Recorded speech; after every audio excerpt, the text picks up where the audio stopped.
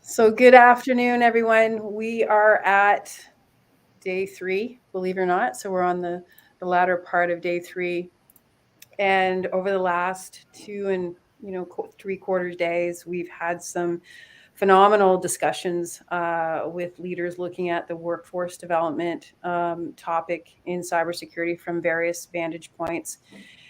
Everything from the need for more diversity, equity, and inclusion in our industry to various pathways, to some of the things that we need to do to break down some of the barriers to entry that some of folks have experienced in terms of getting their first job in cybersecurity. And as CFF team, we've done the last couple of days taking feverish notes and learning a lot from leaders about what's happening in the industry. And we'll take those conversations and key points into the discussions we have Thursday and Friday at George Mason Universities for our Leaders Summit. But one of the findings that's really resonated, which is a great kind of kickoff point for this discussion, is a consecutive discussion and call for action for more collaboration across sectors as it relates to building depth and bench capacity in the cybersecurity industry. On Monday, one of CFF leaders, Tom Patterson, did a fantastic kind of historical review and update on Project Moonshot, which, believe it or not, when I was looking at the history of Project Moonshot, was first enacted by with the Reagan administration in 1982. So this program is 30 years old. So as we talk about, the concept of cyber being relatively new to our world, you start to realize discussion around cybersecurity started a long time ago. So in this session, we're going to look at, and again, from the vantage point of public-private partnerships, academia and education is always at the forefront of these discussions as it relates to workforce development. So in this session, we're going to look at it from what academia is being asked of, what academia needs, and how we as an industry can further support some of the efforts of what the government and academia are doing.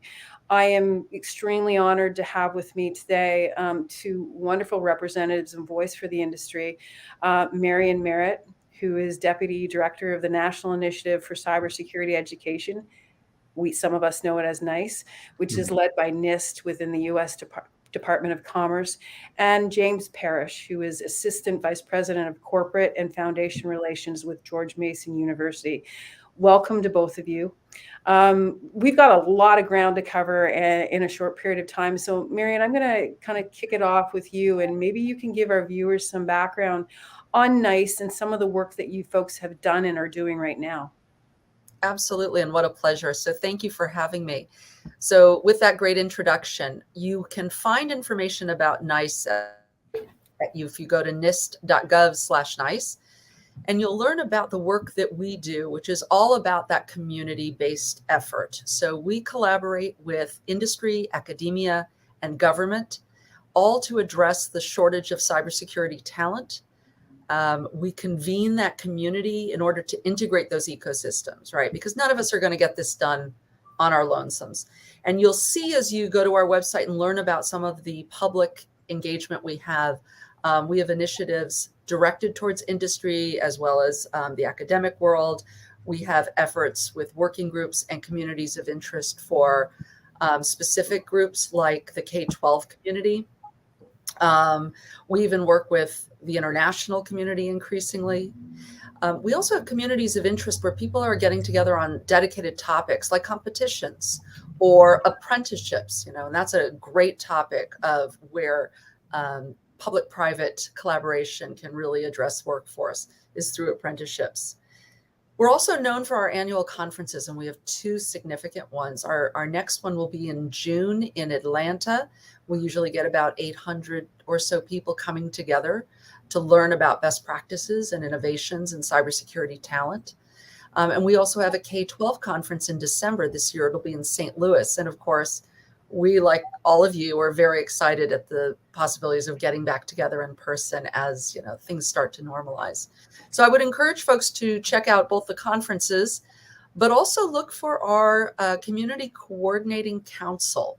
And that is a public-private working group that everyone should join. And we gather once a month for about 90 minutes. And it's led not just by the government, not just by people at NICE, but we have co-chairs from industry and academia who help guide our conversation. And that's where you will find the very latest in research about the cybersecurity workforce, or innovative programs that universities or companies are developing. So it's a great way to stay informed and get connected, build your network, and really stay on top of what's happening in cybersecurity. That's fantastic. So, James, I guess you guys are George Mason University, which I had, by the way, the pleasure of touring this morning, and it's phenomenal to see the things that you folks are doing to advance the not only the innovative side of and research side of cybersecurity, but really the workforce development. What's happening? What are kind of some of the things that are happening from your perspective within the university? What are you seeing? Sure. Well, and just for some folks who may not have perspective, the university is relatively young. It's only 50 years old, just turned 50 as an independent institution. It was formed as an outshoot, a campus of UVA, became its own entity in 1972. So we just turned 50, celebrated 50th anniversary, which is a big milestone for us. And as our President Greg Washington, who's an engineer, and he's a first generation college graduate himself, as he says, up until that 50th anniversary, we could claim that we were the fastest growing, fastest growing university. So we were the number one ranked university under 50, and we're the fastest growing public research university in the nation. So we're relatively young to the Research One Carnegie status, but our growth has been very phenomenal. So now 39,000 students. And to give you an example, our College of Engineering and Computing, which is a lot of the focus of the Arlington campus that you toured, and the Innovation and Tech Talent partnership that I'll talk about in a little bit, that's over 9,000 students. That's as big as many small universities, colleges and universities. So a large institution. We're also the most diverse in the Commonwealth. So we're a minority institution, which also makes us fairly unique even in the nation among Research One universities. So it puts us in maybe a slightly different position in talking to our regional employers around workforce, and particularly diverse workforce that's needed today, as we're in a good position to be part of that discussion and maybe a leader in that discussion, and certainly a leading supplier in the DMV and the DC, Maryland, Virginia region. But specifically to your question, we have 3 campuses, 4 actually, if you count in Korea. We have a campus in Korea, but we have Fairfax, Arlington, and Manassas. And Arlington is where we're kind of centering based on the Amazon HQ2 sort of stimulated then the Commonwealth to make an investment in 11 universities in the Commonwealth around increasing the tech talent pipeline. And so Mason got $235 million of investment from the Commonwealth. And part of that is we have to match. $125 million is matched. And that's what we're using. Part of that is focused on building this new building in Arlington that's to be a center for innovation and an intersection between industry and academia. So the idea is to have a multi-floored building with industry and university researchers on all floors. So not, industry on a couple of floors and academia, university throughout, but really mixing it up, having a lot of spaces where we can collaborate informally and formally. So workspace, but also play space, if you will, lunch space and the like.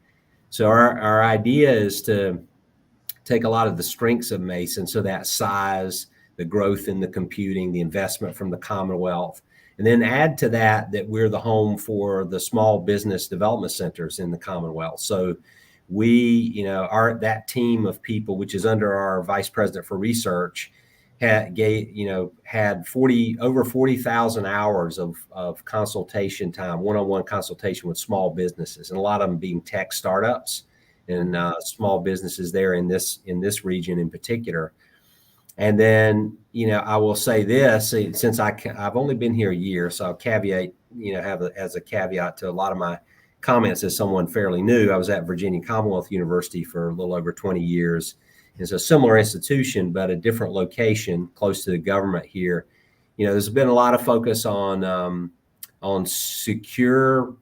having security clearance ready students. And we just had a workshop recently that had government officials, Mason, and industry partners talking about the needs to work together better to make that security clearance process happen sooner in the student pipeline, those who we know want to go in this kind of work, and how we can improve and streamline the process. So there's an awful lot going on. There's a lot of examples which I can talk about maybe a little later in terms of our partnerships. But I would say the biggest one that we're focused on now is this public-private partnership that the Commonwealth has stimulated with this big investment of money around tech talent pipeline. And so we're actively talking to a lot of the small startup, mid-size, and large companies around how we can, one, populate this building, which is called Fuse at Mason Square, which is the new name for our Arlington campus. With a range in this, you're talking about the ecosystem Marion did, really trying to tend to all aspects of that ecosystem. So I was in a call just earlier today with a $9 billion company who wants to be in rubbing elbows with startup tech companies because they want that partnership around new tech and how they can look for opportunities to develop and grow businesses and also solve problems.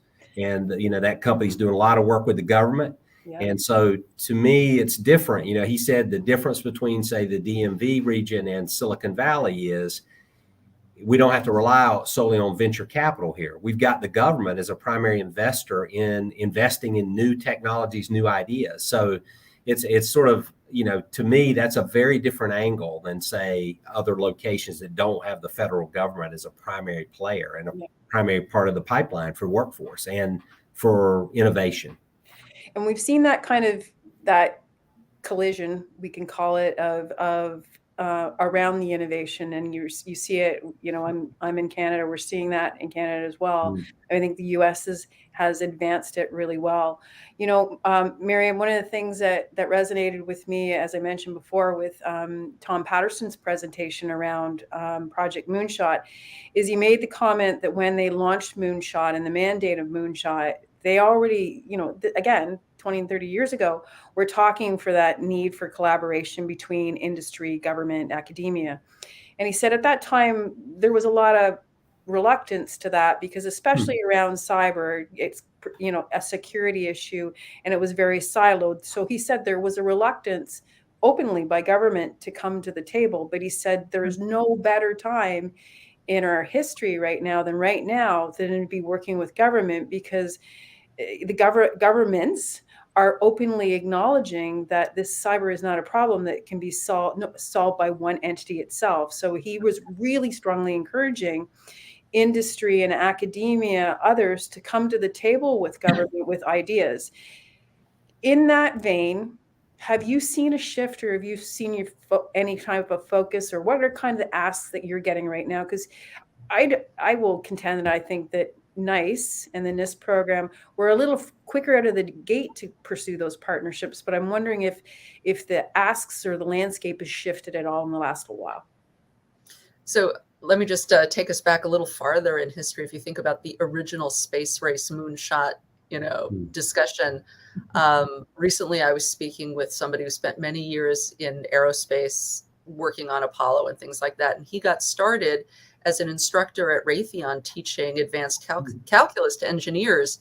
So he came from academia and was brought into industry to up their skills. So that there was a vehicle created for that to happen because there was that sense of urgency. So that sense of urgency exists, but whether or not we're reducing some of the barriers to bringing in, using that example, skilled, instructors from private into academia, I think we still have some work to do in that space. But where we are seeing some of these public-private efforts really do particularly well around workforce is, if you think back a couple of years, we funded some grants called RAMPs, and they were regional, the acronym is Regional and Multi-Stakeholder Partnerships to Stimulate. And the whole idea was, if we invest money in local communities and bring together industry with academia down through to K-12, as well as local workforce development boards, we can break down barriers and streamline the acquisition of talent, the development of talent. And those programs were incredibly successful, to the point that there is a request from Congress. It's in the president's requested budget to bring those back and expand them. So I think those models work really well. And James, you've talked about some of the innovative things that you're doing in your community. I just think those models, we need to expand them dramatically. Yeah, I agree with that. And I think, while my sense at Mason is there are a lot of great examples, I could, have heard a lot of them and could name a few more even of opportunities where we are partnering. I think where we all need to go is to step back and think more sort of systemically. How do we make it easier to partner? What are the things we can do to help incentivize? So that can be, at a university, at the faculty and department and school level, to create incentives that it's part of what we want to reward and recognize faculty for, is partnering with industry. And that could be everything from developing a micro-credential that is based on the need of a company or a sector. Like we have a cloud computing badge that we developed that was in partnership with AWS. That's a good example of one that could work both ways for students who are currently at Mason who maybe aren't focusing on cloud computing, but want to add that to their expertise, and they have something they can show that they've got some coursework in cloud computing. Or for somebody who's working, who doesn't want a 4-year degree or a master's degree or whatever, but might come back for a badge or a micro-credential that helps with their professional development. And what President Washington had said to me that he's heard from a number of CEOs, particularly those of the larger companies like Microsoft and Google and Amazon, AWS, is they're looking for universities, 4-year institutions, to think more creatively around what it can offer for those who are out of school and working, but who want to advance their careers and need credentials to advance in their career paths. That might ultimately lead to an advanced degree down the road, but it doesn't necessarily start there. It might start with something that's a lot more short-term and a lot more specific to, maybe our career path. But it adds value to the workforce, particularly if they're looking for expertise, but they, don't have a skill set, but we could maybe help meet that need. And I was just going to say, I will point out that we have a number of examples. And one is we have a rapid prototyping research center out of the Volgino School of Engineering, where one of the key leaders comes from long-time service in military and government. So there's somebody who comes from another sector coming into academia, now looking at ways that the research that's coming out of an academic institution can inform the work we do with these other sectors. So I think that cross-pollination of folks who've been in academia who are now in industry, government, and vice versa is also healthy. And the more we can do to have either adjunct faculty or other ways that we can mix up, Mason does some of that. I think we can do more of that, and that brings those perspectives to help cross-pollinate. And this is something that I worked, at VCU. It was really about health. And health, and one of the biggest things they talk about in any of the grand challenges, climate, you name it, cannot be addressed by one sector alone. So back to your earlier point about multi-sector approach to things, that's really the only way we're going to tackle some of the most challenging demands that our society has.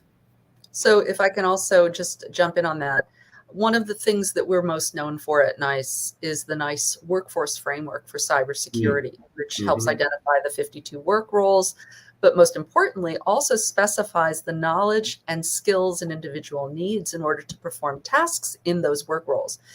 And when a organization, a company, a larger company assesses their team, their workforce against the NICE framework, they can use that to identify gaps. It could be an entire work role is missing in terms of the team, or it could just be that the folks they have need a few additional skills. When a large company does that exercise, they can then, they can leverage either their learning management system, which may leverage courses from a university, or they can identify, courses available to their employees. And we're seeing that be very successful as a way of investing in the employees' skills and directing it towards, the specific requirements they have for their career pathways. That kind of rigor in identifying, these are our work roles, these are the career pathways, this is how you progress in your career within our organization, all of which is a market signal to the employee that they are investing in you. And it helps address a very big concern for industry, which is retention, right? Employees are often not staying as long in cybersecurity careers for a variety of reasons. But one of the ways that employers can hope to hang on for maybe an additional year is by giving them those training and development opportunities. And so that should be a major incentive for partnering with the academic side and making sure that you're building your team's capabilities at all times. Right. And that theme around retention, Marion, has been discussed over the last 3 days as well in different situations and scenarios. And we had a leadership session this morning on the importance of culture within an organization and as a retention tool, not only an attraction tool, but a retention tool, because as you spoke, at least current state right now, demand far exceeds supply. And without going down the rabbit hole of do we really have a skills shortage, or do we have a talent recognition problem, everyone acknowledged the importance of looking at those new ways of finding and retaining talent. It's critical for a lot of organizations, including the government. So let's talk impact, because I will say again, as we've discussed over the last 2.75 days, there seems to be, I would not say frustration, there's just a very strong commitment to wanting to see things progress. But in the same way of understanding, you're not going to fix everything in a day. If I was to say to you, what is the best way that industry and academia can support the work of, for example, NICE? How can we make an impact? What are the ways? And we believe if you had a cohesive support for what you're doing, where do you think the impact could be made? Because everybody is looking, hopefully we're going to be back here in a year having this discussion again and patting each other on the back because we've seen some progress. But what are the ways in which industry and academia can support what NICE is doing? Well, the first thing I'll say is that we live or die by feedback. The NICE framework, admittedly, was originally created to support the federal government's workforce. And it is now a required tool to be used to identify folks in the federal government. Increasingly, it's being adopted by industry, but we know that there are gaps. We know that there are work roles that have been yet to be defined in the framework. And so it is a living, breathing kind of conceptual document. So provide us with that feedback.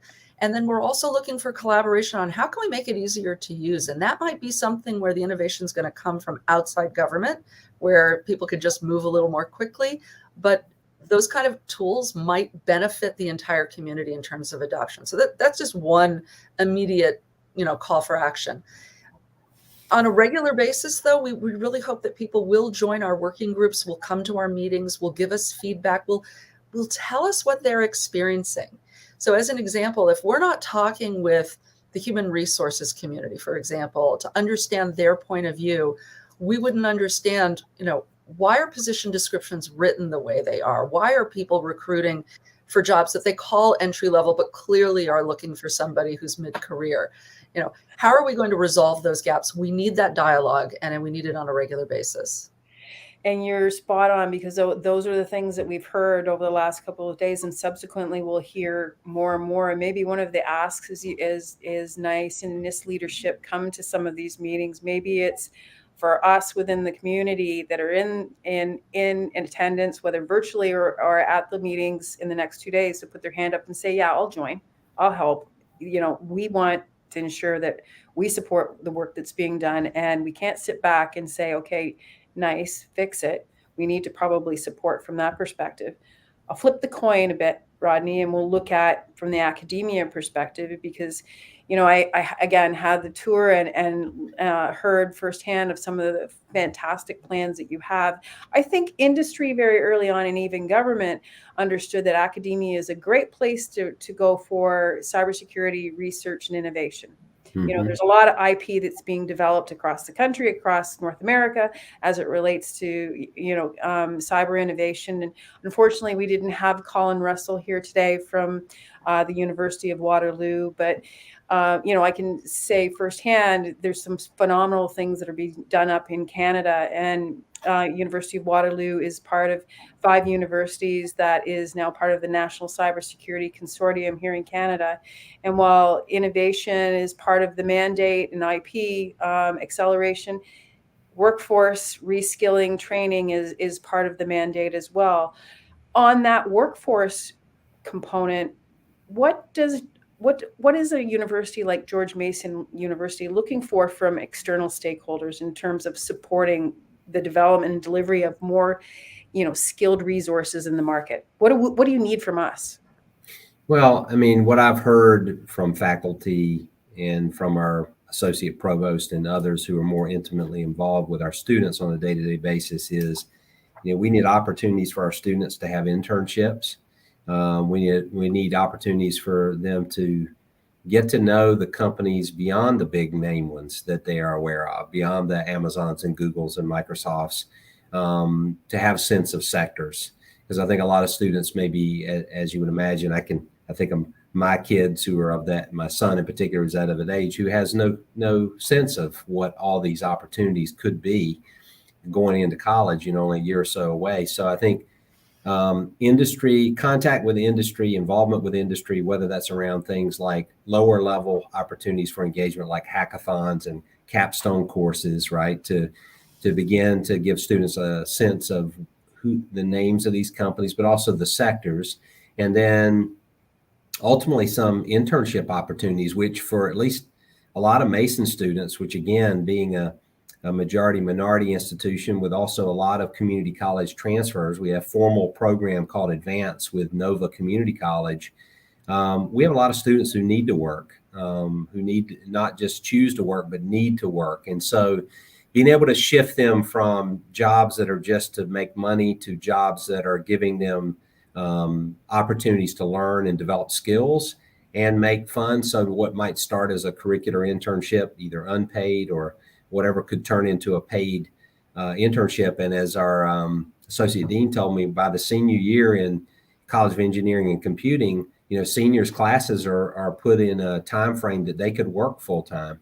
They could work during the day and then take their courses, you know, starting at 4 o'clock and in the evening. So we have heard from industry that they want to employ some of our people while they're in school even. And I think more opportunities for that, which leads me to maybe again, back to the something I said earlier about how do we scale that? How do we come up with ways to do that versus like on a one-off way? How do we begin to think about how do we do that, make it easy to make that happen for more than one company or more one at a time so that it really becomes an easy system? You know, we have a system for posting jobs called Handshake. A lot of universities use it, platform. But how do we give students better informed information about job opportunities? You know, that's not built in the curriculum that much either. We were talking to our career services folks, and she said one of the challenges is that the career services aspect of what we do at Mason is voluntary. So you might have a situation with a great career fair, virtual or in person, and very few students. So we need to begin to think, I think, as a university around how we make some of that required as part of the curriculum experience so that, you know, job seeking or internships are become part of. Now, some schools do that, right? Some professions do that, like nursing, teaching. So if we move to some models that already exist in academia where there's sort of the practicum is a requirement, if you will, then that leads us to creating the partnerships with industry so that these students have these real learning opportunities that are working, but are contributing their ideas and their perspective to the industry partners while at the same time getting valuable educational insight to their curriculum experience. A question I have for both of you, and it was kind of something that's been spurred on from some of the sessions that we've heard, is, you know, creative, out of the box ideas, the way to approach the problem. You know, and I'll get Marion both your perspective and James on this, because you probably approach it from similar but a little different perspectives. Traditionally, one of the challenges that academia has faced, and I've heard this from, elementary school teachers and even high school teachers that have said, listen, I don't have the skills or aptitude to teach cybersecurity. It's just not something I don't understand that. And then, you've seen studies that have come out in the past that one of the challenges that, cybersecurity industry has had in getting young people interested is because they don't get that exposure. Well, you have NICE that puts that framework together, and the NICE K through 12 program is a fantastic example of addressing that. But you still have to have people that can deliver it. One of the interesting things that we saw when we were at the Georgia Cyber Center and their program that they built out, and they've got industry and government in the building with academia, is they really encourage that sharing of knowledge. Don't go into your respective, office, close the door and not share. One of that ways in which they're sharing is some of their skilled personnel are actually coming in and contributing in an academic perspective. Love it. Is that an idea that, again, the cybersecurity could support government and academia by having those people that are willing to share their knowledge? We all have a day job, I get that, but is there a way that we can support, because we're asking a lot of the government and academia to up, the curriculum and exposure and all of those types of things that we're asking for, but is that something that we should be contributing back or offering up to government and industry and academia? So a couple of really important ideas there. First, the idea that young people are making career decisions very early. And if we're not exposing them to ideas around cybersecurity, boy, oh boy, have we missed a huge opportunity. And back to the NICE framework, it's not just technical people in a SOC, doing technical types of positions. There's a wide range of cybersecurity careers out there, from policy and legal to purchasing, and there's just so much. So that can make it harder to some degree, but there's a way of flipping that on its head, which is recognizing the aptitude that young people may have and saying, oh, this is something you enjoy. By the way, you'll find that in cybersecurity. Oh, you're very interested in hospitality. Have you ever thought about what happens to all that personal data that's being stored when someone makes a reservation? There's a cybersecurity element to every industry, and that can be a way of tapping into a young person's interests. So that being said, there's a lot that we do at NICE to encourage more engagement between practitioners and the academic world. And it does usually center around Cybersecurity Career Awareness Week, which is in October. October, of course, is Cybersecurity Awareness Month.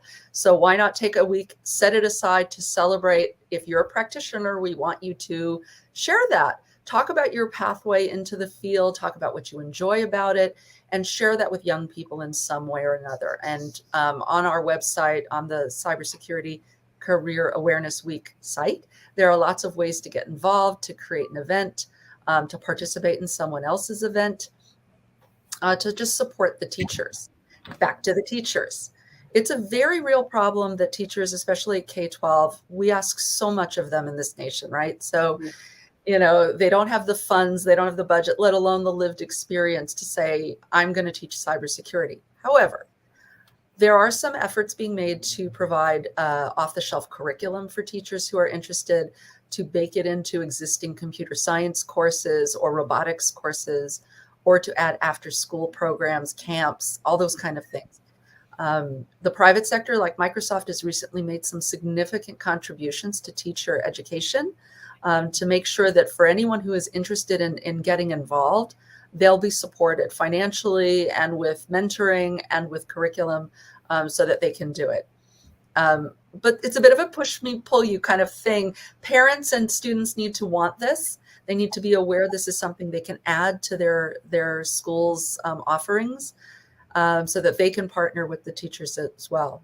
So a sphere we should never overlook is the homeschool community. They are doing a lot of innovative things to make sure that their children are being prepared for future careers.